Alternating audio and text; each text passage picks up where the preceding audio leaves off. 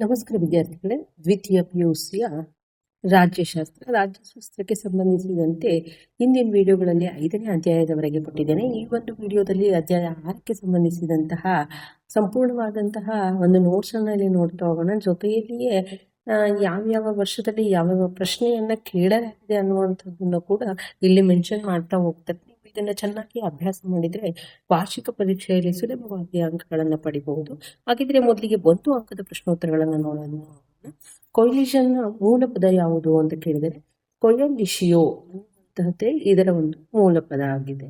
ಈ ಒಂದು ಪ್ರಶ್ನೆಯನ್ನ ಮಾರ್ಚ್ 2017, 2020 ಹಾಗೆ ಜೂನ್ 2015ರಲ್ಲಿ ಈ ಒಂದು ಪ್ರಶ್ನೆಯನ್ನ ಕೇಳಿರುವಂತಹದ್ದನ್ನ ನೋಡಬಹುದು. ಹಾಗೆಯೇ CMPಯನ್ನ ವಿಸ್ತರಿಸಿ ಅಂತ ಕೇಳಿದರೆ ಸಾಮಾನ್ಯ ಕನಿಷ್ಠ ಕಾರ್ಯ ಯೋಜನೆ ಅಂತ ಹೇಳ್ಬಿಟ್ಟು CMP ಅಂತ ಅಂದ್ರೆ ಕಾಮನ್ ಮಿನಿಮಮ್ ಪ್ರೋಗ್ರಾಮ್ ಅಂತ ಹೇಳ್ಬಿಟ್ಟು.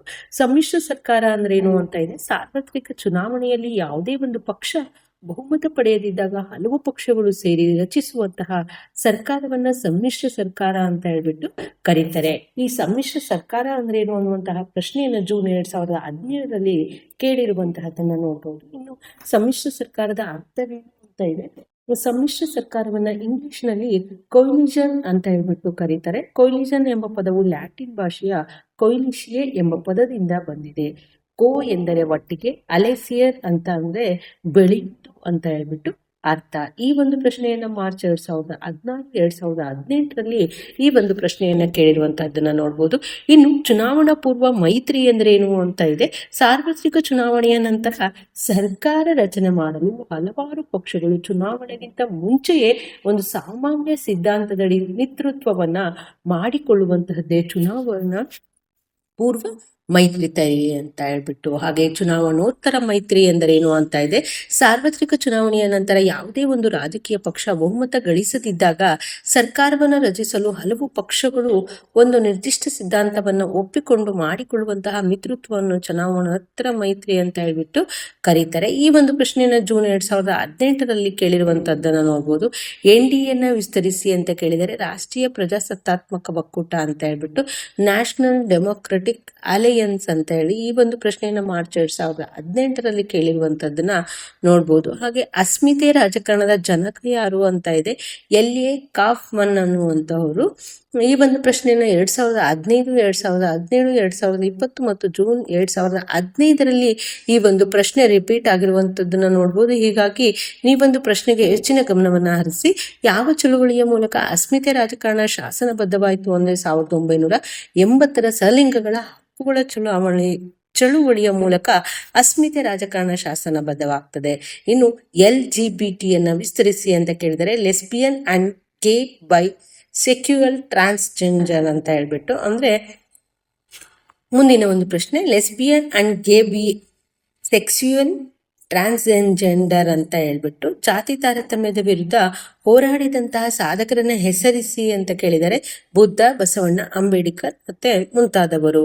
ಇನ್ನು ಪ್ರಾದೇಶಿಕ ಅಸ್ಮಿತೆಗಾಗಿ ನಡೆದ ಒಂದು ಹೋರಾಟವನ್ನ ತಿಳಿಸಿ ಅಂತ ಕೇಳಿದರೆ ಬಿರ್ಸಾ ಮುಂಡಾ ಚಳುವಳಿ ಅಂತ ಹೇಳ್ಬಿಟ್ಟು. ಯಾವ ದಿನವನ್ನ ಮತದಾರರ ದಿನ ಅಂತ ಹೇಳ್ಬಿಟ್ಟು ಕರೆಯಲಾಗುತ್ತೆ ಅಂದ್ರೆ ಜನವರಿ 25ನ್ನ ಒಂದು ಮತದಾರರ ದಿನ ಅಂತ ಹೇಳ್ಬಿಟ್ಟು ಕರೆಯಲಾಗುತ್ತೆ. ಈ ಒಂದು ಪ್ರಶ್ನೆಯನ್ನ ಮಾರ್ಚ್ 2018 ಮತ್ತು 2019ರಲ್ಲಿ ಕೇಳಿರುವಂತದ್ದನ್ನ ನೋಡ್ಬೋದಾಗಿದೆ. ನೋಡಿ, AASUಯನ್ನ ವಿಸ್ತರಿಸಿ ಅಂತ ಕೇಳಿದ್ದಾರೆ. ಅಂದ್ರೆ ಆಲ್ ಅಸ್ಸಾಂ ಸ್ಟೂಡೆಂಟ್ಸ್ ಯೂನಿಯನ್ ಅಂತ ಹೇಳ್ಬಿಟ್ಟು. ನೀವು ಗುರುತಿಸಿದ ಒಂದು ರಾಷ್ಟ್ರೀಯ ಸಮಸ್ಯೆಯನ್ನ ತಿಳಿಸಿ ಅಂತ ಕೇಳಿದರೆ ಅದು 1 ಅಂತ ಕೇಳಿದರೆ ನೀವು ಬರೀಬಹುದು ಬಡತನ, ನಿರುದ್ಯೋಗ ಮುಂತಾದವುಗಳು ಅಂತ ಹೇಳ್ಬಿಟ್ಟು. ಈ ಒಂದು ಪ್ರಶ್ನೆಯನ್ನ 2020 ಸೆಪ್ಟೆಂಬರ್ ಕೇಳಿರುವಂತಹದ್ದನ್ನು ನೋಡ್ಬೋದು. ಇನ್ನು ಆಮದು ಮತ್ತು ರಫ್ತು ಮೇಲೆ ರಾಜ್ಯ ತೆರಿಗೆ ವಿಧಿಸಬಹುದೇ ಅಂತ ಇದೆ ಪ್ರಶ್ನೆ. ಅದನ್ನ ವಿಧಿಸುವಂತೆ ಇಲ್ಲ. ಹಣಕಾಸು ಆಯೋಗವನ್ನ ಯಾರು ರಚಿಸ್ತಾರೆ ಅಂತಂದ್ರೆ ಅದು ಕೇಂದ್ರ ಸರ್ಕಾರ ರಚಿಸುತ್ತೆ. ಅಂತಾರಾಜ್ಯ ವ್ಯಾಪಾರ ಮತ್ತು ವಾಣಿಜ್ಯ ಯಾರ ಅಧಿಕಾರ ವ್ಯಾಪ್ತಿಯಲ್ಲಿ ಬರ್ತದೆ ಅಂದ್ರೆ ಕೇಂದ್ರ ಸರ್ಕಾರದ ವ್ಯಾಪ್ತಿಯಲ್ಲಿ ಬರ್ತದೆ. ಭಾರತದಲ್ಲಿ ಎಷ್ಟು ಬಾರಿ ರಾಷ್ಟ್ರೀಯ ತುರ್ತು ಪರಿಸ್ಥಿತಿಯನ್ನು ಹೇರಲಾಗಿದೆ ಅಂದ್ರೆ ಅದು 3 ಬಾರಿ. ಈ ಒಂದು ಪ್ರಶ್ನೆಯನ್ನ ಮಾರ್ಚ್ 2019ರಲ್ಲಿ ಕೇಳಿರುವಂತಹದ್ದನ್ನ ನೋಡ್ಬೋದು. ರಾಜ್ಯಪಾಲರ ಆಳ್ವಿಕೆಯ ಸಂದರ್ಭದಲ್ಲಿ ರಾಜ್ಯ ಪಟ್ಟಿಯ ಮೇಲಿನ ಶಾಸನಾಧಿಕಾರವನ್ನ ಯಾರು ಚಲಾಯಿಸ್ತಾರೆ ಅಂತಂದ್ರೆ ಅದನ್ನ ರಾಷ್ಟ್ರಪತಿಗಳು ಚಲಾಯಿಸ್ತಾರೆ. ರಾಜ್ಯ ಪಟ್ಟಿಯಲ್ಲಿನ ವಿಷಯಗಳನ್ನ 1 ವರ್ಷದ ಮಟ್ಟಿಗೆ ಕೇಂದ್ರ ಪಟ್ಟಿಗೆ ವರ್ಗಾಯಿಸುವ ಅಧಿಕಾರ ಯಾರಿಗಿದೆ ಅಂದ್ರೆ ರಾಜ್ಯ ಪಟ್ಟಿಯಲ್ಲಿನ ವಿಷಯಗಳನ್ನು 1 ವರ್ಷದ ಮಟ್ಟಿಗೆ ಕೇಂದ್ರ ಪಟ್ಟಿಗೆ ವರ್ಗಾಯಿಸುವಂತಹ ಅಧಿಕಾರ ರಾಜ್ಯಸಭೆಗೆ ಇರುತ್ತೆ. ಇನ್ನು ಸಮವರ್ತಿ ಪಟ್ಟಿಯಲ್ಲಿನ ಒಂದು ವಿಷಯವನ್ನ ತಿಳಿಸಿ ಅಂತ ಕೇಳಿದರೆ ಶಿಕ್ಷಣ, ವಿವಾಹ ಮತ್ತು ವಿಚ್ಛೇದನ ಮುಂತಾದವು. ರಾಷ್ಟ್ರೀಯ ತುರ್ತು ಪರಿಸ್ಥಿತಿಯ ಸಮಯದಲ್ಲಿ ಹಣಕಾಸಿನ ಅಧಿಕಾರಿಗಳು ಯಾರಲ್ಲಿರುತ್ತವೆ ಅಂತಂದ್ರೆ, ರಾಷ್ಟ್ರೀಯ ತುರ್ತು ಪರಿಸ್ಥಿತಿಯ ಸಮಯದಲ್ಲಿ ಹಣಕಾಸಿನ ಅಧಿಕಾರಿಗಳು ರಾಷ್ಟ್ರಪತಿಯಲ್ಲಿ ಇರ್ತವೆ. ಈ ಒಂದು ಪ್ರಶ್ನೆಯನ್ನು ಜೂನ್ 2017ರಲ್ಲಿ ಕೇಳಿರುವಂತಹದನ್ನ ನೋಡಬಹುದು. ಇನ್ನು ಭಯೋತ್ಪಾದನೆ ಎಂದರೇನು ಅಂತ ಕೇಳಿದರೆ, ಸಾರ್ವಜನಿಕರಲ್ಲಿ ಭಯ ಮತ್ತು ಆತಂಕವನ್ನ ಉಂಟು ಮಾಡುವಂತಹ ಸಂಘಟಿತ ಪ್ರಕ್ರಿಯೆಯನ್ನ ಭಯೋತ್ಪಾದನೆ ಅಂತ ಹೇಳ್ಬಿಟ್ಟು ಕರೀತಾರೆ. ಈ ಒಂದು ಪ್ರಶ್ನೆಯನ್ನ 2015ರಲ್ಲಿ ಕೇಳಿರುವಂತದ್ದನ್ನ ನೋಡ್ಬೋದು. ಇನ್ನು ಭಯೋತ್ಪಾದನೆಯ ಮೂಲ ಪದ ಯಾವುದು ಅಂತ ಇದೆ. ಭಯೋತ್ಪಾದನೆಯ ಮೂಲ ಪದ ಅಂದ್ರೆ ಟೆರರ್ ಆಗಿದೆ. ಈ ಒಂದು ಪ್ರಶ್ನೆನ ಜೂನ್ 2016, 2019ರಲ್ಲಿ ಈ ಒಂದು ಪ್ರಶ್ನೆ ರಿಪೀಟ್ ಆಗಿರುವಂತಹದ್ದನ್ನ ನೋಡಬಹುದಾಗಿದೆ. ಇನ್ನು ಭ್ರಷ್ಟಾಚಾರದ ಮೂಲ ಪದ ಯಾವುದು ಅಂತ ಕೇಳಿದರೆ, ಭ್ರಷ್ಟಾಚಾರದ ಮೂಲ ಪದ ಅಂದ್ರೆ ಲ್ಯಾಟಿನ್ ಭಾಷೆಯ ರಂಪಿಯರ್ ಅನ್ನುವಂತಹದ್ದು. ಹಾಗೆ IAC ಯನ್ನ ವಿಸ್ತರಿಸಿ ಅಂತ ಕೇಳಿದರೆ ಇಂಡಿಯಾ ಅಗೇನೆಸ್ಟ್ ಕರಪ್ಷನ್ ಅಂದ್ರೆ ಭ್ರಷ್ಟಾಚಾರ ವಿರುದ್ಧ ಭಾರತ ಅಂತ ಹೇಳ್ಬಿಟ್ಟು. ಈ ಭೂಮಿಯಲ್ಲಿ ಪ್ರತಿಯೊಬ್ಬರ ಅಗತ್ಯತೆಗಳು ಕೂಡ ಸಾಲುವಷ್ಟು ಇದೆಯೇ ಹೊರತು ದೂರ ಸಾಗಿಲ್ಲ ಅಂತ ಹೇಳ್ಬಿಟ್ಟು ಹೇಳಿದವರು ಯಾರು ಅಂದ್ರೆ ಅದು ಮಹಾತ್ಮ ಗಾಂಧೀಜಿಯವರು. ಈ ಒಂದು ಪ್ರಶ್ನೆ ಜೂನ್ 2017ರಲ್ಲಿ ಬಂದಿರುವಂತಹದ್ದನ್ನ ನೋಡ್ಬೋದು. ಇನ್ನು 2 ಅಂಕದ ಪ್ರಶ್ನೋತ್ತರಗಳನ್ನ ನೋಡ್ತಾ ಹೋಗೋಣ. ಜಗತ್ತಿನಲ್ಲಿ ಅಸ್ಮಿತೆಯ ಹೋರಾಟಕ್ಕೆ ಮುಖ್ಯ ಕಾರಣವೇನು ಅಂತ ಇದೆ. ರಾಜಕೀಯದಲ್ಲಿ ಹಲವಾರು ವರ್ಗಗಳು ರಾಜಕೀಯ, ಸಾಮಾಜಿಕ, ಆರ್ಥಿಕ, ಸಾಂಸ್ಕೃತಿಕ ಮುಂತಾದ ಕ್ಷೇತ್ರಗಳಲ್ಲಿ ಹಿಂದುಳಿದಿರುವುದು ಜಗತ್ತಿನಲ್ಲಿ ಅಸ್ಮಿತೆಗೆ ಪ್ರಮುಖವಾದಂತಹ ಒಂದು ಕಾರಣವಾಗಿದೆ. ಇನ್ನು ಅಸ್ಮಿತೆಯ ರಾಜಕಾರಣದ ಅರ್ಥವನ್ನ ಬರೆಯಿರಿ ಅಂತ ಕೇಳಿದರೆ, ಅಸ್ಮಿತೆ ರಾಜಕೀಯ ಎಂಬುದು ಗುರುತಿಸಿಕೊಳ್ಳುವಿಕೆಯ ವಿಧಾನವಾಗಿದ್ದು ಜನಾಂಗ, ಭಾಷೆ, ಧರ್ಮ, ಲಿಂಗ ಮುಂತಾದವುಗಳ ಆಧಾರದ ಮೇಲೆ ಒಬ್ಬ ವ್ಯಕ್ತಿಯ ವೈಯಕ್ತಿಕ ಅಸ್ತಿತ್ವವನ್ನು ಸಾಧಿಸಲು ಸಾಧ್ಯವಾಗುತ್ತೆ. ಈ ಒಂದು ಪ್ರಶ್ನೆ ಮಾರ್ಚ್ 2018ರಲ್ಲಿ ಕೇಳಿರುವಂತಹದ್ದನ್ನ ನೋಡ್ಬೋದು. ಇನ್ನು ಸಮ್ಮಿಶ್ರ ಸರ್ಕಾರ ಅಂದ್ರೆ ಏನು ಅಂತ ಇದೆ. ಉದಾಹರಣೆ ಕೊಡಿ ಅಂತ ಕೇಳಿದರೆ, ಸಾರ್ವತ್ರಿಕ ಚುನಾವಣೆಯಲ್ಲಿ ಯಾವುದೇ ಒಂದು ರಾಜಕೀಯ ಪಕ್ಷ ಸರ್ಕಾರ ರಚಿಸಲು ಬೇಕಾಗುವಷ್ಟು ಸ್ಪಷ್ಟ ಬಹುಮತ ಪಡೆಯದೇ ಇದ್ದಾಗ 2 ಅಥವಾ 2ಕ್ಕಿಂತ ಹೆಚ್ಚು ಪಕ್ಷಗಳು ಸೇರಿ ಸರ್ಕಾರವನ್ನ ರಚಿಸ್ತವೆ. ಇದನ್ನ ಸಮ್ಮಿಶ್ರ ಸರ್ಕಾರ ಅಂತ ಹೇಳ್ಬಿಟ್ಟು ಕರೀತಾರೆ. ಉದಾಹರಣೆಗೆ 2004ರ UPA ಮತ್ತು 2014ರ NDA ಸರ್ಕಾರಗಳು. ಈ ಒಂದು ಪ್ರಶ್ನೆಯನ್ನ ನೋಡಿ, ಮಾರ್ಚ್ 2017, 2015, 2019, ಜೂನ್ 2015 ಹಾಗೂ ಜೂನ್ 2017ರಲ್ಲಿ ಈ ಒಂದು ಪ್ರಶ್ನೆ ರಿಪೀಟ್ ಆಗಿರುವಂತಹದ್ದನ್ನ ನೋಡ್ಬೋದು. ಸೊ ಈ ಒಂದು ಪ್ರಶ್ನೆ ಅತ್ಯಂತ ಇಂಪಾರ್ಟೆಂಟ್ ಆಗಿರುವಂತಹದ್ದು. ಸಮ್ಮಿಶ್ರ ಸರ್ಕಾರವನ್ನ ಹೊಂದಿರುವ 2 ರಾಷ್ಟ್ರಗಳ ಉದಾಹರಣೆ ಕೊಡಿ ಅಂತ ಕೇಳಿದರೆ ಅದು ಭಾರತ, ಬ್ರಿಟನ್ ಮತ್ತು ಫ್ರಾನ್ಸ್ ಮುಂತಾದವುಗಳು. 2 ಅಂಕಗಳಿಗೆ ಇರೋದ್ರಿಂದ ನೀವು 2ಅನ್ನು ಬರೆದ್ರೆ ಸಾಕಾಗುತ್ತೆ. ಈ ಒಂದು ಪ್ರಶ್ನೆ 2020ರಲ್ಲಿ ಕೇಳಿರುವಂತಹದ್ದನ್ನ ನೋಡಬಹುದು.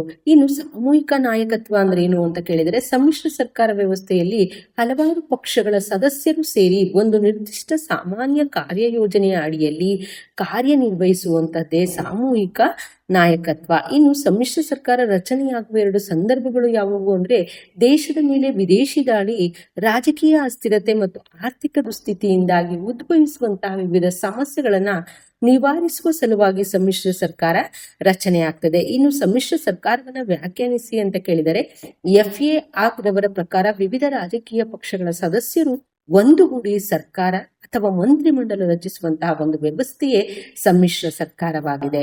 ಇನ್ನು ಸಾಮಾನ್ಯ ಕನಿಷ್ಠ ಕಾರ್ಯಕ್ರಮ ಅಂದ್ರೆ ಏನು ಅಂತ ಕೇಳಿದರೆ, ಸಮ್ಮಿಶ್ರ ಸರ್ಕಾರದಲ್ಲಿ ಮೈತ್ರಿಕೂಟದ ಪಕ್ಷಗಳು ತಮ್ಮ ಪಕ್ಷದ ಸೈದ್ಧಾಂತಿಕ ವಿಚಾರಗಳನ್ನ ಬದಿಗಿಟ್ಟು ಸರ್ಕಾರವನ್ನು ನಡೆಸಿಕೊಂಡು ಹೋಗಲು ಸಮಾನ ಕಾರ್ಯಕ್ರಮಗಳನ್ನು ಒಪ್ಪಿರುತ್ತವೆ.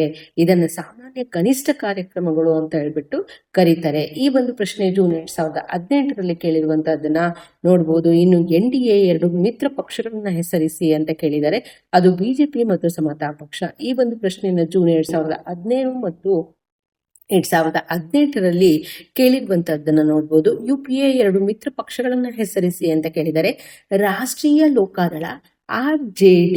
ಈ ಒಂದು ಪ್ರಶ್ನೆಯನ್ನ ಮಾರ್ಚ್ 2018ರಲ್ಲಿ ಕೇಳಿರುವಂತಹದ್ದನ್ನ ನೋಡಬಹುದು. ಹಾಗೆ ರಾಜ್ಯ ಪ್ರೇರೇಪಿತ ಭಯೋತ್ಪಾದನೆ ಅಂದ್ರೇನು ಅಂತ ಕೇಳಿದರೆ, ರಾಜ್ಯಗಳು ಭಯೋತ್ಪಾದಕ ಸಂಘಟನೆಗಳಿಗೆ ತರಬೇತಿ ಕೇಂದ್ರಗಳಿಗೆ ಆಶ್ರಯವನ್ನು ನೀಡಿ ಆತಂಕವಾದಿಗಳನ್ನ ಸಮರ ಸೇನಾನಿಗಳೆಂಬ ಎಂದ್ಬಿಟ್ಟು ಬೆಂಬಲಿಸುವಂತಹದ್ದನ್ನ ರಾಜ್ಯ ಪ್ರೇರಿತ ಭಯೋತ್ಪಾದನೆ ಅಂತ ಹೇಳ್ಬಿಟ್ಟು ಕರೀತಾರೆ. ಇನ್ನು ಸಾಮಾನ್ಯ ಪರಿಸ್ಥಿತಿಯಲ್ಲಿ ಕೇಂದ್ರ ಸರ್ಕಾರ ಯಾವ ವಿಷಯದಲ್ಲಿ ರಾಜ್ಯ ಸರ್ಕಾರಗಳಿಗೆ ಸಲಹೆ ನೀಡಬಹುದು ಅಂತಂದ್ರೆ, ಸಾಮಾನ್ಯ ಪರಿಸ್ಥಿತಿಯಲ್ಲಿ ಕೇಂದ್ರ ಸರ್ಕಾರ ಯಾವುದೇ ವಿಷಯದಲ್ಲಿ ರಾಜ್ಯ ಸರ್ಕಾರಗಳಿಗೆ ಸಲಹೆ ನೀಡಬಹುದು.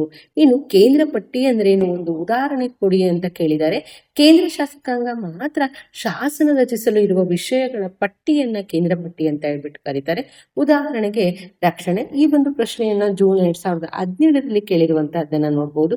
ಸಮಾಪ್ತಿ ಪಟ್ಟಿಯಲ್ಲಿನ ಯಾವುದಾದರೂ ವಿಷಯಗಳನ್ನು ತಿಳಿಸಿ ಅಂತ ಕೇಳಿದರೆ ವಿವೇಕ, ವಿಚ್ಛೇದನ, ಶಿಕ್ಷಣ ಮುಂತಾದವು. ಈ ಒಂದು ಪ್ರಶ್ನೆ 2015ರಲ್ಲಿ ಕೇಳಿರುವಂತದ್ದನ್ನು ನೋಡಬಹುದು. ಇನ್ನು ಭ್ರಷ್ಟಾಚಾರ ಅಂದ್ರೆ ಏನು ಅಂತ ಕೇಳಿದರೆ, ಸಾರ್ವಜನಿಕ ಅಧಿಕಾರವನ್ನ ವೈಯಕ್ತಿಕ ಲಾಭಕ್ಕೋಸ್ಕರ ದುರ್ಬಳಕೆ ಮಾಡುವಂತದ್ದನ್ನ ಭ್ರಷ್ಟಾಚಾರ ಅಂತ ಹೇಳ್ಬಿಟ್ಟು ಕರೀತಾರೆ. ಭಾರತದಲ್ಲಿ ಭ್ರಷ್ಟಾಚಾರ ನಿರ್ಮೂಲನೆ ಮಾಡಲು ಇರುವ 2 ಅಡಚಣೆಗಳಾವುವು ಅಂತ ಕೇಳಿದರೆ, ಅದು ಪಾರದರ್ಶಕ ಆಡಳಿತದ ಕೊರತೆ ಮತ್ತು ನಿಷ್ಪಕ್ಷಪಾತ ರಾಜಕೀಯ ವ್ಯಕ್ತಿಗಳ ಕೊರತೆ ಪ್ರಮುಖ ಅಡಚಣೆಗಳಾಗಿವೆ. ಭ್ರಷ್ಟಾಚಾರ ನಿರ್ಮೂಲನೆ ಮಾಡಲು ನಡೆದ ಒಂದು ಆಂದೋಲನವನ್ನು ಹೆಸರಿಸಿ ಅಂತ ಕೇಳಿದರೆ, ಅಣ್ಣಾ ಹಜಾರೆ ನೇತೃತ್ವದಲ್ಲಿ ನಡೆದಂತಹ ಭ್ರಷ್ಟಾಚಾರ ವಿರುದ್ಧ ಭಾರತ IAC ಆಂದೋಲನ. ಇನ್ನು 5 ಮತ್ತು 10 ಅಂಕಗಳ ಪ್ರಶ್ನೋತ್ತರಗಳನ್ನು ನೋಡೋಣ. ಅಸ್ಮಿತೆ ರಾಜಕಾರಣದ ಉಗಮಕ್ಕೆ ಕಾರಣಗಳಾವುವು ಅಂತ ಕೇಳಿದರೆ, ಅಸ್ಮಿತೆ ರಾಜಕೀಯ ಎಂಬುದು ಜಾತಿ, ಧರ್ಮ, ಲಿಂಗ, ಭಾಷೆ, ಪ್ರದೇಶ ಮುಂತಾದವುಗಳ ಆಧಾರದ ಮೇಲೆ ಜನರು ತಮ್ಮನ್ನು ರಾಜಕೀಯ ವ್ಯವಸ್ಥೆಯೊಂದಿಗೆ ಗುರುತಿಸಿಕೊಳ್ಳುವಂತಹದ್ದೇ ಆಗಿದೆ. ಇದೊಂದು ಸ್ವಂತಿಕೆಯ ವಿಧಾನವಾಗಿದ್ದು ತನ್ನ ಅಸ್ತಿತ್ವಕ್ಕಾಗಿ ಪ್ರಯತ್ನಿಸುತ್ತಿರುತ್ತದೆ. ಇದು ಫಲಶಾಲಿಯಾಗಲು, ಪ್ರಾತಿನಿಧ್ಯ ಪಡೆಯಲು ಮತ್ತು ಸಾಮಾಜಿಕ ಅಸ್ತಿತ್ವದೊಂದಿಗೆ ಗುರುತಿಸಿಕೊಳ್ಳಲು ಸದಾ ಪ್ರಯತ್ನಿಸುತ್ತದೆ. ಅಸ್ಮಿತೆ ರಾಜಕೀಯದ ಉದಯಕ್ಕೆ ಕಾರಣಗಳಾಗುವು ಅಂತ ಕೇಳಿದರೆ, ದುರಾಡಳಿತಕ್ಕೆ ಒಳಗಾದ ಒಂದು ಪ್ರದೇಶದ ಜನರ ದುಸ್ಥಿತಿಯು ಅಸ್ಮಿತೆಯ ಉಗಮಕ್ಕೆ ಕಾರಣವಾಯಿತು. ಪ್ರಾದೇಶಿಕ ಪಕ್ಷಗಳ ಉಗಮವಾಗಿ ಭಾಷೆ ಮತ್ತು ಪ್ರಾಂತೀಯತೆಯ ಬಗ್ಗೆ ಅರಿವನ್ನ ಮೂಡಿಸಿದವು. ಅತಿಯಾದ ಬಡತನ, ಶೋಷಣೆ ಮತ್ತು ಅವಕಾಶಗಳ ವಂಚನೆಯು ಅಸ್ಮಿತೆಗೆ ಕಾರಣವಾಯಿತು. ಜನಾಂಗಗಳ ಸಾಂಸ್ಕೃತಿಕ ನೆಲೆಗಟ್ಟನ್ನ ಹಾಳು ಮಾಡಬಹುದೆಂದು ಭೀತಿ, ಉನ್ನತ ಜೀವನ ಶೈಲಿ, ಸಾಮಾಜಿಕ ಮತ್ತು ರಾಜಕೀಯ ಜಾಗೃತಿಯ ಅಸ್ಮಿತೆ ರಾಜಕೀಯಕ್ಕೆ ಅವಕಾಶವನ್ನ ನೀಡಿತು. ಇನ್ನು ಸಂಪತ್ತಿನ ಅಸಮಾನ ಹಂಚಿಕೆ, ಭೂಮಿಯನ್ನ ಕಳೆದುಕೊಳ್ಳುವ ಭೀತಿಯು ಅಸ್ಮಿತೆಗೆ ಕಾರಣವಾಯಿತು. ಶಿಕ್ಷಣ ಮತ್ತು ಉದ್ಯೋಗ ಕ್ಷೇತ್ರಗಳಲ್ಲಿ ಪ್ರಾಮುಖ್ಯತೆ ಕಳೆದುಕೊಳ್ಳುವ ಭೀತಿಯು ಅಸ್ಮಿತೆಗೆ ಕಾರಣವಾಗಿದೆ. ಭಾಷೆ ಮತ್ತು ಸಂಸ್ಕೃತಿಯನ್ನು ಆಧರಿಸಿದ ಅಸ್ಮಿತೆಯನ್ನು ಕಳೆದುಕೊಳ್ಳುವಂತಹ ಭೀತಿ. ಅಸ್ಮಿತೆ ರಾಜಕಾರಣದ ವಿವಿಧ ಅಂಶಗಳನ್ನು ಚರ್ಚಿಸಿ ಅಂತ ಕೇಳಿದರೆ, ಅಸ್ಮಿತೆ ರಾಜಕೀಯ ಎಂಬುದು ಜಾತಿ, ಧರ್ಮ, ಲಿಂಗ, ಭಾಷೆ, ಪ್ರದೇಶ ಮುಂತಾದ ಆಧಾರದ ಮೇಲೆ ರಾಜಕೀಯ ವ್ಯವಸ್ಥೆಯೊಂದಿಗೆ ಗುರುತಿಸಿಕೊಳ್ಳುವಂತಹದ್ದೇ ಆಗಿದೆ. ಅಸ್ಮಿತೆ ರಾಜಕಾರಣದ ಪ್ರಮುಖವಾದ ಅಂಶಗಳು ಈ ಕೆಳಗಿನಂತೆ ನೋಡಬಹುದು. ಧರ್ಮ ಆಧಾರಿತ ಅಸ್ಮಿತೆ, ಜಾತಿ ಆಧಾರಿತ ಅಸ್ಮಿತೆ, ಪ್ರಾದೇಶಿಕ ಅಸ್ಮಿತೆ ಮತ್ತು ಭಾಷೆ ಆಧಾರಿತ ಅಸ್ಮಿತೆ. ನೋಡಿ, ಧರ್ಮ ಯಾವ ರೀತಿಯಾಗಿ ಆಧಾರಿತವಾಗಿದೆ ಅಂತಂದ್ರೆ, ಭಾರತ 1.2 ಬಿಲಿಯನ್ ಜನಸಂಖ್ಯೆಯನ್ನು ಹೊಂದಿರುವ ಬೃಹತ್ ದೇಶವಾಗಿದೆ. ಇಲ್ಲಿ 80.5% ಹಿಂದೂ ಧರ್ಮೀಯರು ಮತ್ತು 19.5% ಮುಸ್ಲಿಂ, ಕ್ರಿಶ್ಚಿಯನ್, ಬೌದ್ಧ, ಜೈನ, ಸಿಖ್, ಜೋರಾಸ್ಟ್ರಿಯನ್ ಮತ್ತಿತರ ಧರ್ಮಗಳಿಗೆ ಸೇರಿದ ಜನರಿದ್ದಾರೆ. ವೈಯಕ್ತಿಕ ಅಸ್ಮಿತೆಯನ್ನು ಕಳೆದುಕೊಳ್ಳುವ ಭೀತಿಯಿಂದ ಧರ್ಮದ ಆಧಾರದ ಮೇಲೆ ಹಲವಾರು ಗುಂಪುಗಳು ಸಂಘಟಿತವಾಗಿವೆ. ಭಾರತ ಸಂವಿಧಾನವು ಧರ್ಮಾಧಾರಿತವಾದ ಕೃತ್ಯಗಳನ್ನು ನಿಷೇಧಿಸಿದೆ. ಮತ ಬ್ಯಾಂಕ್ ಪ್ರವೃತ್ತಿಯಿಂದ ವಿವಿಧ ರಾಜಕೀಯ ಪಕ್ಷಗಳು ಧರ್ಮದ ಆಧಾರದ ಮೇಲೆ ಇಂತಹ ಕಾರ್ಯದಲ್ಲಿ ನಿರತವಾಗಿದೆ. ಜಾತಿ. ಭಾರತದ ಸಾಮಾಜಿಕ ವ್ಯವಸ್ಥೆಯಲ್ಲಿ ವ್ಯಕ್ತಿಯ ಸ್ಥಾನಮಾನವು ಅವನ ಬುದ್ಧಿವಂತಿಕೆ ಮತ್ತು ಸಾಧನೆಗಳಿಗಿಂತ ಜಾತಿಯನ್ನೇ ಆಧರಿಸಿರುತ್ತದೆ. ಬುದ್ಧ, ಬಸವಣ್ಣ, ಕನಕದಾಸ, ಕಬೀರದಾಸ, ರಾಮದಾಸ, ತುಕಾರಾಮ್, ರಾಮಕೃಷ್ಣ ಪರಮಹಂಸ, ಸ್ವಾಮಿ ವಿವೇಕಾನಂದ ಮತ್ತಿತರ ಸಮಾಜ ಸುಧಾರಕರು ಈ ಜಾತಿ ವ್ಯವಸ್ಥೆಯ ಪಿಡುಗುಗಳನ್ನು ಭಾರತೀಯ ಸಮಾಜದಿಂದ ಹೋಗಲಾಡಿಸಲು ಶ್ರಮ ವಹಿಸಿ ದುಡಿದಿದ್ದಾರೆ. ಆದರೆ ಜಾತಿ ನಾಶ ಸಾಧ್ಯವಾಗಿಲ್ಲ. ಭಾರತ ಸಂವಿಧಾನವು ಜಾತಿ ಆಧಾರಿತ ತಾರತಮ್ಯವನ್ನು ಹೋಗಲಾಡಿಸಲು ಸ್ಪಷ್ಟವಾಗಿ ಹೇಳುತ್ತದೆ. ಆದರೂ ಅಸ್ಮಿತೆಗಾಗಿ ಇದು ಗಟ್ಟಿಯಾಗಿ ನೆಲೆಯೂರಿದೆ. ಮಂಡಲ್ ವರದಿಯನ್ನು ಜಾರಿಗೊಳಿಸುವ ಮೂಲಕ VP ಸಿಂಗ್ ರವರ ಸರ್ಕಾರದಲ್ಲಿ ಸೌಲಭ್ಯಗಳನ್ನು ಪಡೆಯುವ ಸಲುವಾಗಿ ಜಾತಿಗಳ ಬಗ್ಗೆ ಜನರಲ್ಲಿ ಜಾಗೃತಿ ಹೆಚ್ಚಾಯಿತು. ಈಗಲೂ ಕೂಡ ಚುನಾವಣೆಯ ವೇಳೆ ಮತದಾರರು ಜಾತಿ ಆಧಾರಿತವಾಗಿ ಮತ ಚಲಾಯಿಸಬೇಕಾದ ಒತ್ತಡಕ್ಕೆ ಸಿಲುಕಿದ್ದಾರೆ. ಇನ್ನು ಪ್ರಾದೇಶಿಕ ಅಸ್ಮಿತೆಯು ರಾಷ್ಟ್ರೀಯ ಮತ್ತು ಪ್ರಾದೇಶಿಕ ರಾಜಕೀಯದಲ್ಲಿ ಪ್ರಮುಖ ಪಾತ್ರವನ್ನು ನಿರ್ವಹಿಸುತ್ತದೆ. ಮುಲಾಯಂ ಸಿಂಗ್ ಯಾದವ್, ಫರಾಹ್ ಅಬ್ದುಲ್, ಜಯಲಲಿತಾ, ಕರುಣಾನಿಧಿ, ಚಂದ್ರಬಾಬು ನಾಯ್ಡು, ಮಮತಾ ಬ್ಯಾನರ್ಜಿ ಮತ್ತಿತರ ನಾಯಕರು ರಾಷ್ಟ್ರ ರಾಜಕಾರಣದಲ್ಲಿ ಪ್ರಾದೇಶಿಕ ಅಸ್ಮಿತೆಯನ್ನು ಸ್ಪಷ್ಟಪಡಿಸುತ್ತಾರೆ. ಪ್ರತಿಯೊಂದು ವಿಷಯದ ಹಿಂದೆ ಪ್ರಾದೇಶಿಕತೆಯ ವಿಷಯ ಪ್ರಧಾನವಾಗಿರುತ್ತದೆ. ಉದಾಹರಣೆಗೆ, ಬುಡಕಟ್ಟು ಜನಾಂಗಗಳ ಅಸ್ಮಿತೆಗಾಗಿ ನಡೆದ ಬಿರ್ಸಾ ಮುಂಡಾ ಚಳುವಳಿ ಮತ್ತು ರಾಜ್ಯ ರಚನೆಯಲ್ಲಿ ಸಿಬು ಸೋರೆನ್ ರವರ ಪ್ರಯತ್ನಗಳು. ಈಶಾನ್ಯ ಪ್ರದೇಶದಲ್ಲಿ ನಾಗಾಲ್ಯಾಂಡ್, ಮೇಘಾಲಯ, ಮಣಿಪುರ ಮತ್ತು ತ್ರಿಪುರಾಗಳು ಪ್ರತ್ಯೇಕ ರಾಜ್ಯಗಳಾಗುವವರೆಗೂ ಕೂಡ ಹೋರಾಟ ನಡೆಸಿದ್ವು. ಹಾಗೆಯೇ ಆಂಧ್ರ ಪ್ರದೇಶದ ತೆಲಂಗಾಣ, ಮಹಾರಾಷ್ಟ್ರದ ವಿದರ್ಭ, ಅಸ್ಸಾಂನ ಬೋಡೋಲ್ಯಾಂಡ್ ಮತ್ತು ಪಶ್ಚಿಮ ಬಂಗಾಳದಲ್ಲಿ ಗೂರ್ಖ್ಲ್ಯಾಂಡ್ ಬೇಡಿಕೆಗಳ ಹೋರಾಟಗಳು ತಮ್ಮ ಪ್ರಾದೇಶಿಕ ಅಸ್ಮಿತೆಗೋಸ್ಕರ ಇನ್ನೂ ಜೀವಂತವಾಗಿವೆ. ಇನ್ನು ಭಾಷೆ, ಭಾರತ ಹಲವಾರು ಭಾಷೆಗಳನ್ನು ಒಳಗೊಂಡಿರುವಂತಹ ಬಹುಭಾಷಾ ಸಂಸ್ಕೃತಿಯ ದೇಶವಾಗಿದೆ.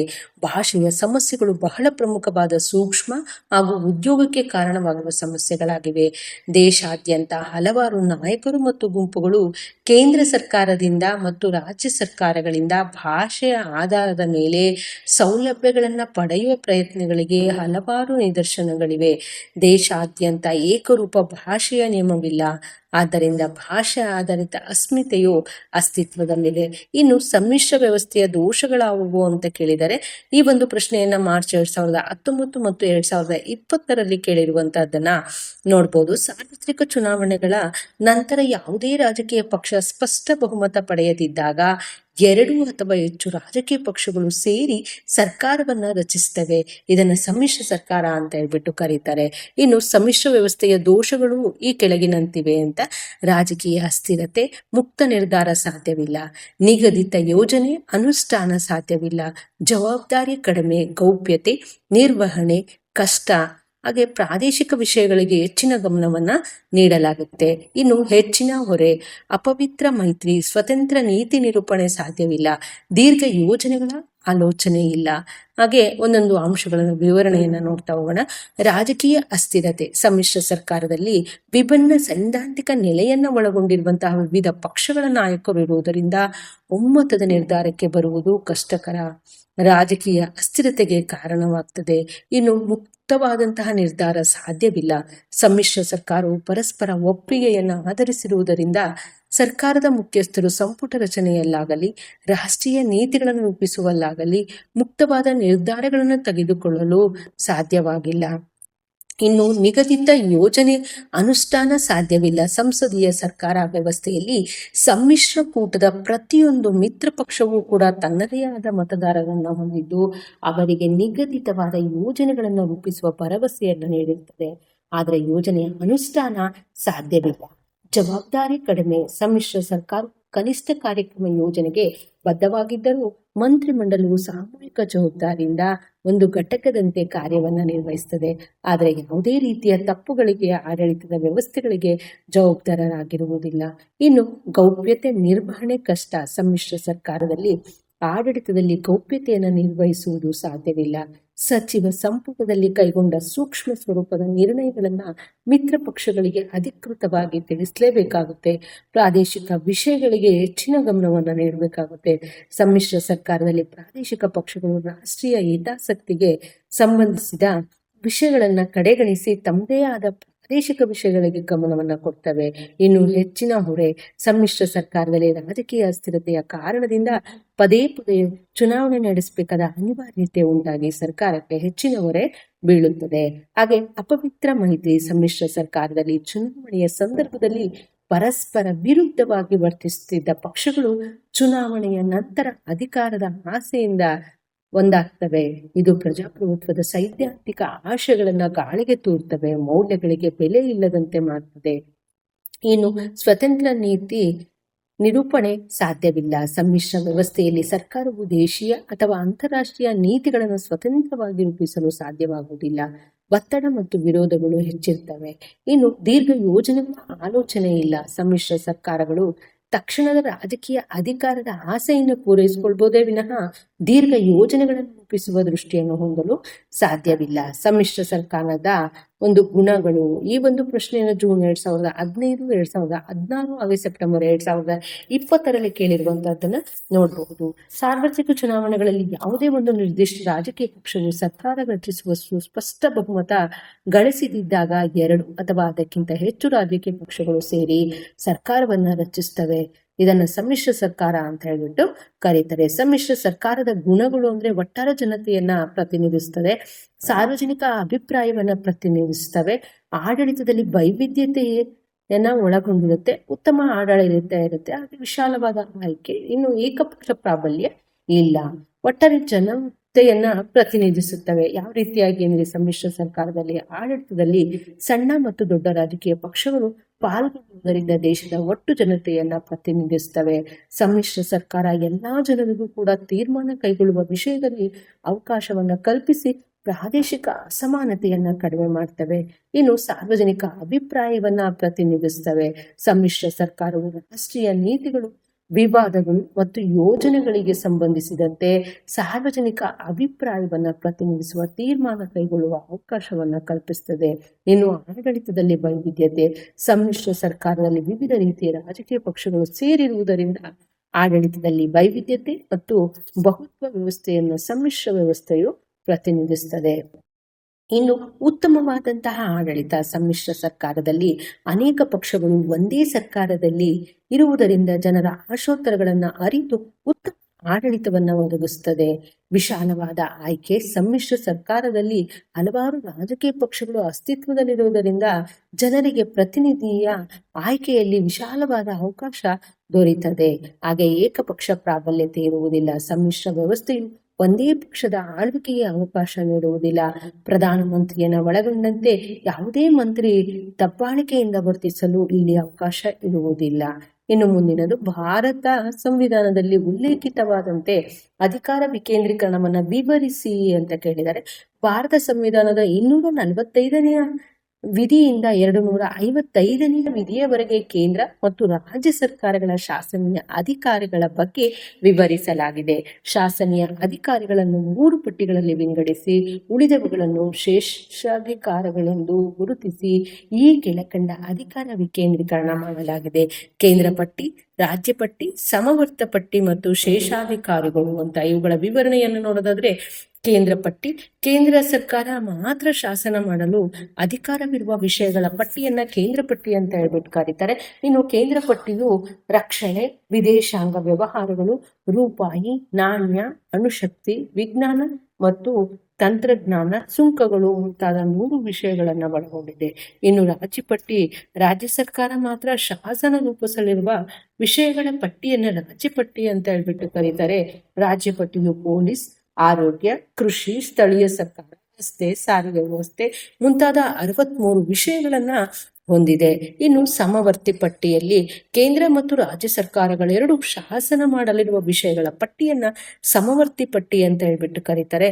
ಸಮವರ್ತಿ ಪಟ್ಟಿಯು ವಿವಾಹ ವಿಚ್ಛೇದನ, ಸಿವಿಲ್ ಮತ್ತು ಅಪರಾಧಿ ಕಾನೂನು, ಧರ್ಮದರ್ಶಿ ಮಂಡಳಿ, ಶಿಕ್ಷಣ ಮುಂತಾದ 52 ವಿಷಯಗಳನ್ನ ಒಳಗೊಂಡಿದೆ. ಇನ್ನು ಶೇಷಾಧಿಕಾರಿಗಳು ಕೇಂದ್ರ ಮತ್ತು ರಾಜ್ಯ ಮತ್ತು ಸಮವರ್ತಿ ಪಟ್ಟಿಗಳಲ್ಲಿ ಸೇರಿಸದಿರುವ ವಿಷಯಗಳನ್ನ ಶೇಷಾಧಿಕಾರಿಗಳೆಂದು ಕರೆಯುವರು. ಸಂವಿಧಾನದ ಪ್ರಕಾರ ಈ ವಿಷಯಗಳ ಮೇಲೆ ಕಾನೂನು ಮಾಡುವಂತಹ ಸಂಪೂರ್ಣ ಅಧಿಕಾರವನ್ನ ಕೇಂದ್ರ ಸರ್ಕಾರ ಹೊಂದಿದೆ.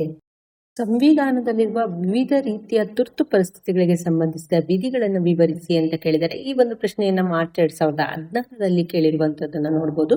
ಭಾರತ ಸಂವಿಧಾನದ 18ನೇ ಭಾಗದಲ್ಲಿ 3 ರೀತಿಯ ತುರ್ತು ಪರಿಸ್ಥಿತಿಗಳಿಗೆ ಅವಕಾಶವನ್ನು ಕಲ್ಪಿಸಲಾಗಿದೆ. ಅವುಗಳು ಅಂದರೆ ರಾಷ್ಟ್ರೀಯ ತುರ್ತು ಪರಿಸ್ಥಿತಿ, ರಾಜ್ಯಗಳಲ್ಲಿ ರಾಷ್ಟ್ರಪತಿ ಆಡಳಿತ, ಆರ್ಥಿಕ ತುರ್ತು ಪರಿಸ್ಥಿತಿ. ಇನ್ನು ವಿವರಣೆಯನ್ನು ನೋಡೋದಾದ್ರೆ, ರಾಷ್ಟ್ರೀಯ ತುರ್ತು ಪರಿಸ್ಥಿತಿ ಹೇಗೆ ಅಂದ್ರೆ, ಭಾರತ ಸಂವಿಧಾನದ 352ನೇ ವಿಧಿಯು ರಾಷ್ಟ್ರೀಯ ತುರ್ತು ಪರಿಸ್ಥಿತಿಯನ್ನು ಘೋಷಿಸುವ ಅಧಿಕಾರವನ್ನ ರಾಷ್ಟ್ರಪತಿಯವರಿಗೆ ನೀಡಿದೆ. ದೇಶವನ್ನ ಬಾಹ್ಯ ಗಂಡಾಂತರದಿಂದ ರಕ್ಷಿಸಲು ಈ ವಿಧಿಯನ್ನು ಜಾರಿಗೊಳಿಸಲಾಗುತ್ತೆ. ಇಲ್ಲಿಯವರೆಗೆ 3 ಬಾರಿ ಇದನ್ನು ಜಾರಿಗೊಳಿಸಲಾಗಿದೆ. ತುರ್ತು ಪರಿಸ್ಥಿತಿಯ ಸಂದರ್ಭದಲ್ಲಿ ಸಂವಿಧಾನದ 21ನೇ ವಿಧಿ ಮತ್ತು 22ನೇ ವಿಧಿಯನ್ನ ಹೊರತುಪಡಿಸಿ ಉಳಿದೆಲ್ಲ ಮೂಲಭೂತ ಹಕ್ಕುಗಳು ರದ್ದಾಗ್ತವೆ. ರಾಜ್ಯಗಳಲ್ಲಿ ರಾಷ್ಟ್ರಪತಿ ಆಡಳಿತ 356ನೇ ವಿಧಿ ಪ್ರಕಾರ ರಾಷ್ಟ್ರಪತಿಯವರಿಗೆ ಈ ಅಧಿಕಾರವನ್ನು ನೀಡಲಾಗಿದೆ. ನೀಡಲಾಗಿದೆ. ದೇಶದ ಯಾವುದೇ ರಾಜ್ಯದಲ್ಲಿ ಸಂವಿಧಾನಾತ್ಮಕ ಪರಿಸ್ಥಿತಿ ಹದಗೆಟ್ಟಾಗ, ಆಡಳಿತ ಕುಸಿತವಾದಾಗ ಆ ರಾಜ್ಯದ ರಾಜ್ಯಪಾಲರು ನೀಡುವಂತಹ ವರದಿಯನ್ನ ಆಧರಿಸಿ ರಾಷ್ಟ್ರಪತಿ ಆಡಳಿತವನ್ನ ಘೋಷಿಸಲಾಗುತ್ತೆ. ಇಲ್ಲಿಯವರೆಗೆ 100ಕ್ಕೂ ಹೆಚ್ಚು ಬಾರಿ 356ನೇ ವಿಧಿಯನ್ನ ವಿವಿಧ ರಾಜ್ಯಗಳಲ್ಲಿ ಜಾರಿಗೊಳಿಸಲಾಗಿದೆ. ಇನ್ನು ಆರ್ಥಿಕ ತುರ್ತು ಪರಿಸ್ಥಿತಿ 360ನೇ ವಿಧಿಯ ಪ್ರಕಾರ ದೇಶದಲ್ಲಿ ಆರ್ಥಿಕ ಸ್ಥಿತಿ ವ್ಯತ್ಯಾಸವಾದಾಗ ಅದನ್ನು ಸರಿಪಡಿಸಲು ರಾಷ್ಟ್ರಪತಿಯವರು ಆರ್ಥಿಕ ತುರ್ತು ಪರಿಸ್ಥಿತಿಯನ್ನು ಘೋಷಿಸುವ ಅಧಿಕಾರವನ್ನ ಹೊಂದಿದ್ದಾರೆ. ಆದರೆ ಇದುವರೆಗೆ ಆರ್ಥಿಕ ತುರ್ತು ಪರಿಸ್ಥಿತಿಯನ್ನ ಜಾರಿಗೊಳಿಸಿಲ್ಲ. ಇನ್ನು ಭಯೋತ್ಪಾದನೆಯ ವಿರುದ್ಧ ಯುವಜನತೆಯ ಪಾತ್ರವನ್ನ ವಿವರಿಸಿ ಅಂತ ಕೇಳಿದರೆ, ಭಯೋತ್ಪಾದನೆ ಎಂಬುದು ನಾಗರಿಕರನ್ನ ಗುರಿಯಾಗಿಸಿಕೊಂಡು ಭೌತಿಕ ಮತ್ತು ಮಾನಸಿಕವಾಗಿ ಭೀತಿಯನ್ನ ಉಂಟು ಮಾಡುವುದು, ರಾಜಕೀಯ ಲಾಭಕ್ಕಾಗಿ ಪ್ರಾಣ ಹಾನಿ ಮಾಡುವ ಮೂಲಕ ಕ್ರೌರ್ಯವನ್ನು ಮೆರೆಯುವ ಕೃತ್ಯವಾಗಿದೆ. ಭಯೋತ್ಪಾದನೆಯ ವಿರುದ್ಧ ದೇಶ ರಕ್ಷಣೆಯಲ್ಲಿ ಯುವಜನತೆ ಪ್ರಮುಖ ಪಾತ್ರವನ್ನು ನಿರ್ವಹಿಸಬೇಕು. ಅವುಗಳೆಂದರೆ ತಮ್ಮ ಸುತ್ತಮುತ್ತ ಘಟಿಸುವಂತಹ ಭಯೋತ್ಪಾದಕ ಕೃತ್ಯಗಳ ಬಗ್ಗೆ ಸರ್ಕಾರಕ್ಕೆ ಮಾಹಿತಿಯನ್ನು ನೀಡುವುದು, ದೇಶದಲ್ಲಿ ರಾಷ್ಟ್ರೀಯತೆಯ ಭಾವನೆ ಮತ್ತು ದೇಶಾಭಿಮಾನವನ್ನು ವೃದ್ಧಿಸುವುದು, ಭಯೋತ್ಪಾದಕತೆಯ ವಿರುದ್ಧ ಯುವಜನತೆ ಕಾನೂನಿನ ಪರಿಧಿಯಲ್ಲಿ ಹೋರಾಟ ನಡೆಸುವಂಥದ್ದು. ನಕ್ಸಲ್ ಪೀಡಿತ ರಾಜ್ಯಗಳಾದ ಬಿಹಾರ್, ಜಾರ್ಖಂಡ್, ಛತ್ತೀಸ್ಗಢ ಮುಂತಾದ ಕಡೆ ಸಾಲ್ವಾ ಜುಡಂ ಹಳ್ಳಿಯ ಯುವ ಸೇನೆ ಎಂಬ ಯುವಕರ ಪಡೆ ಸ್ವಂತ ಸಂಘಟಿತರಾಗಿ ನಕ್ಸಲ್ ದಾಳಿಯ ವಿರುದ್ಧ ಹೋರಾಟ ನಡೆಸಿ ಹಳ್ಳಿಯ ಮುಗ್ಧ ಜನರ ಪ್ರಾಣ ರಕ್ಷಣೆಗೆ ಮುಂದಾಗಿವೆ. ಇನ್ನು ಭಯೋತ್ಪಾದಕ ಕೃತ್ಯಗಳನ್ನು ಯುವಜನತೆಯು ವೈಚಾರಿಕವಾಗಿ ಅರ್ಥೈಸಿಕೊಳ್ಳಬೇಕಾಗಿದೆ. ಭಯೋತ್ಪಾದಕ ಕೃತ್ಯದಲ್ಲಿರುವವರನ್ನ ಸಮಾಜದ ಮುಖ್ಯವಾಹಿನಿಗೆ ತರಲು ಪ್ರಯತ್ನಿಸುವಂತಹದ್ದು, ಭಯೋತ್ಪಾದನೆಯನ್ನು ತ್ಯಜಿಸಿ ಸಾಮಾಜಿಕ ಜೀವನಕ್ಕೆ ಬೇಕಾಗುವ ನೀತಿಗಳನ್ನು ರೂಪಿಸುವುದು ದೇಶದ ಯುವಜನತೆಯ ಪ್ರಮುಖ ಜವಾಬ್ದಾರಿ. ಶಿಕ್ಷಣದ ಮಹತ್ವವನ್ನು ತಿಳಿಸುವುದು, ಯುವಜನರು ಮಾದರಿಯಾಗಿರುವ ವ್ಯಕ್ತಿಗಳ ಅನುಕರಣೆಯನ್ನ ಮಾಡುವುದು, ಯುವಜನಾಂಗ ನೈತಿಕ ಮೌಲ್ಯಗಳನ್ನು ಅಳವಡಿಸಿಕೊಳ್ಳುವುದು, ಕಾನೂನಿನ ಕಟ್ಟುನಿಟ್ಟಾದ ಅನುಷ್ಠಾನ ಮಾಡುವುದು, ಸಮೂಹ ಮಾಧ್ಯಮಗಳ ಮೂಲಕ ಶಾಂತಿ ಮತ್ತು ಉತ್ತಮ ನೆರೆಹೊರೆಯ ಸೃಷ್ಟಿಯ ಅಗತ್ಯವಾಗಿದೆ. ಇನ್ನು ಭ್ರಷ್ಟಾಚಾರವನ್ನು ಯುವಜನತೆ ಹೇಗೆ ತಡೆಗಟ್ಟಬಲ್ಲದು ಅನ್ನುವಂಥದ್ದು ಈ ಒಂದು ಪ್ರಶ್ನೆಯನ್ನು ಮಾರ್ಚ್ 2018ರಲ್ಲಿ ಕೇಳಿರುವಂತಹದ್ದನ್ನು ನೋಡಬಹುದು. ಅವಸ್ಥಿ ಮತ್ತು ಮಹೇಶ್ವರಿಯವರ ಪ್ರಕಾರ ಸ್ಪಷ್ಟ ಮತ್ತು ಉದ್ದೇಶಪೂರ್ವಕವಾಗಿ ಒಬ್ಬನ ಸ್ಥಾನವನ್ನ ಅಥವಾ ಸಂಪನ್ಮೂಲಗಳನ್ನ ವೈಯಕ್ತಿಕ ಉಪಯುಕ್ತತೆಗೆ ಶೋಷಣೆ ಮಾಡುವಂತಹದ್ದೇ ಭ್ರಷ್ಟಾಚಾರ. ಭ್ರಷ್ಟಾಚಾರದ ವಿರುದ್ಧ ಯುವಜನತೆ ಹೋರಾಡಲು ಈ ಕೆಳಕಂಡ ಅಂಶಗಳನ್ನು ಸಾಕಾರಗೊಳಿಸಬೇಕಾಗಿದೆ.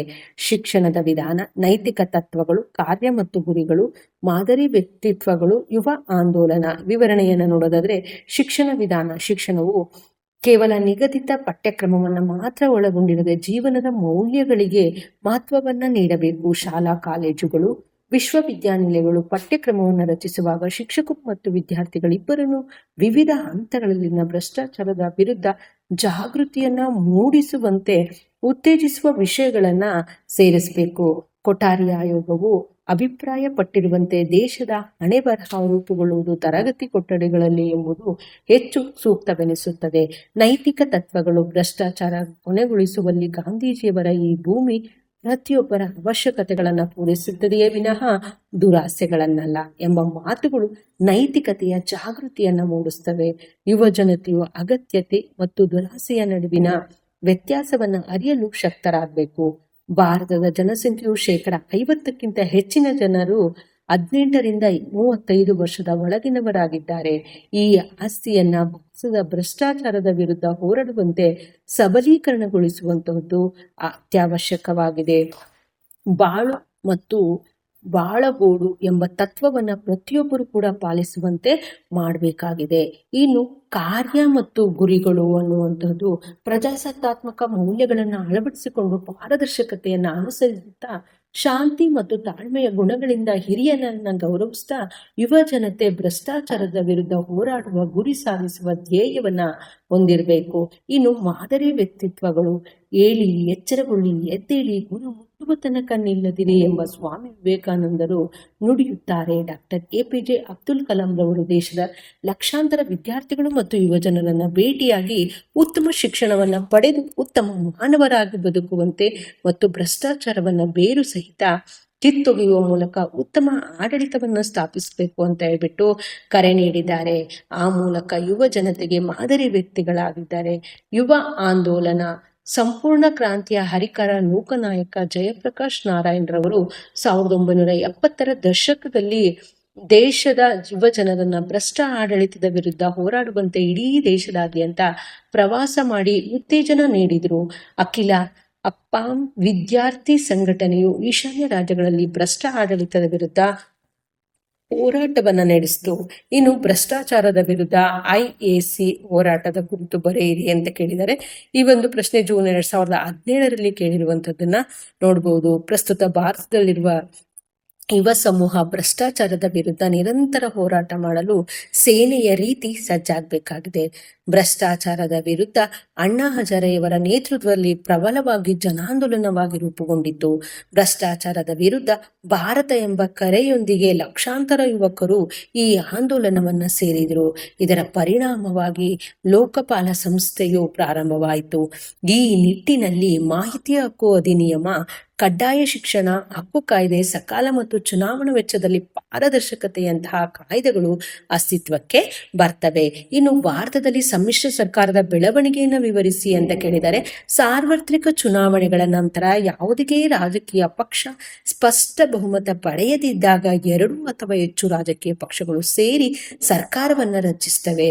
ಅದನ್ನ ಸಮ್ಮಿಶ್ರ ಸರ್ಕಾರ ಅಂತ ಹೇಳ್ಬಿಟ್ಟು ಕರೀತಾರೆ. ಇನ್ನು ಸಮ್ಮಿಶ್ರ ಸರ್ಕಾರಗಳಲ್ಲಿ ಮಿತ್ರ ರಾಜಕೀಯ ಪಕ್ಷಗಳು ತಮ್ಮ ತತ್ವ ಸಿದ್ಧಾಂತಗಳನ್ನು ಬದಿಗಿಟ್ಟು ಸಾಮಾನ್ಯ ಕನಿಷ್ಠ ಕಾರ್ಯಕ್ರಮವನ್ನು ನಿರ್ವಹಿಸುತ್ತವೆ. ದೇಶದ ತುರ್ತು ಸಮಸ್ಯೆಗಳನ್ನು ನಿವಾರಿಸಲು ಹಾಗೂ ರಾಷ್ಟ್ರದ ರಾಜಕೀಯ ಅಸ್ಥಿರತೆ ಮತ್ತು ಆರ್ಥಿಕ ದುಸ್ಥಿತಿಯನ್ನು ತಡೆಯಲು ಸಮ್ಮಿಶ್ರ ಸರ್ಕಾರಗಳನ್ನು ರಚಿಸುತ್ತವೆ.